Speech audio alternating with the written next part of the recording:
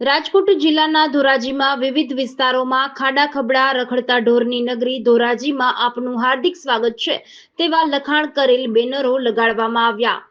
પ્રમુખ ધોરાજી શહેર કોંગ્રેસ સમિતિ દ્વારા ધોરાજીના સરદાર ચોક અને શાહજી કોમ્પ્લેક્સ નજીક અને પ્રશાંત પેટ્રોલ પંપ નજીક આમ 3 વિસ્તારમાં બેનરો લગાવવામાં આવેલ છે.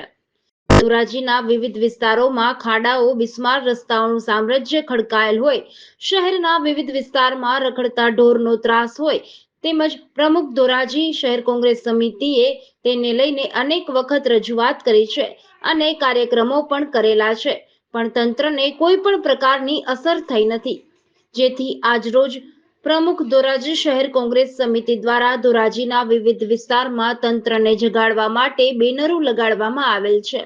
મારું નામ દિનેશભાઈ વોરા, શહેર કોંગ્રેસ પ્રમુખ ધોરાજી. ધોરાજી શહેરની અંદર આજરોજ બેનર મારવામાં આવ્યા છે, જેમાં ખાડા ખબડા અને રખડતા પશુઓની નગરી ધોરાજીમાં આપનું હાર્દિક સ્વાગત છે એવા બેનર ધોરાજી શહેર કોંગ્રેસ સમિતિ દ્વારા મારવામાં આવ્યા છે. અને આ એક તંત્રને ઢંઢોળવાનો પ્રયત્ન છે. અગાઉ અનેક વખત આ તંત્રને આંધળા બહેરા અને મૂંગા તંત્રને ઢંઢોળવાનો પ્રયત્ન કરેલ છે, છતાં પણ આ બાબતે કોઈ કાર્યવાહી કરવામાં આવતી નથી. રખડતા પશુઓને પકડવામાં આવતા નથી અને જે રોડ રસ્તાઓ ખાડા ખબડાવાળા થઈ ગયા છે તેને સુધારવામાં આવતા નથી. અને હાલમાં જોઈએ તો જન્માષ્ટમીના તહેવારો આવી રહ્યા છે, ત્યારે લોકો બહાર નીકળતા હોય, નાના મોટા અકસ્માતોનો ભય રહે છે, છતાં પણ આ આંધળા બહેરા અને મૂંગા તંત્રને દેખાતું નથી. આ બેનર મારવાનું કારણ શું? લખાણમાં શું લખેલું છે? કારણ માત્ર એટલું જ છે કે આ તંત્રને ઢંઢોળવાનો અમારો પ્રયત્ન છે.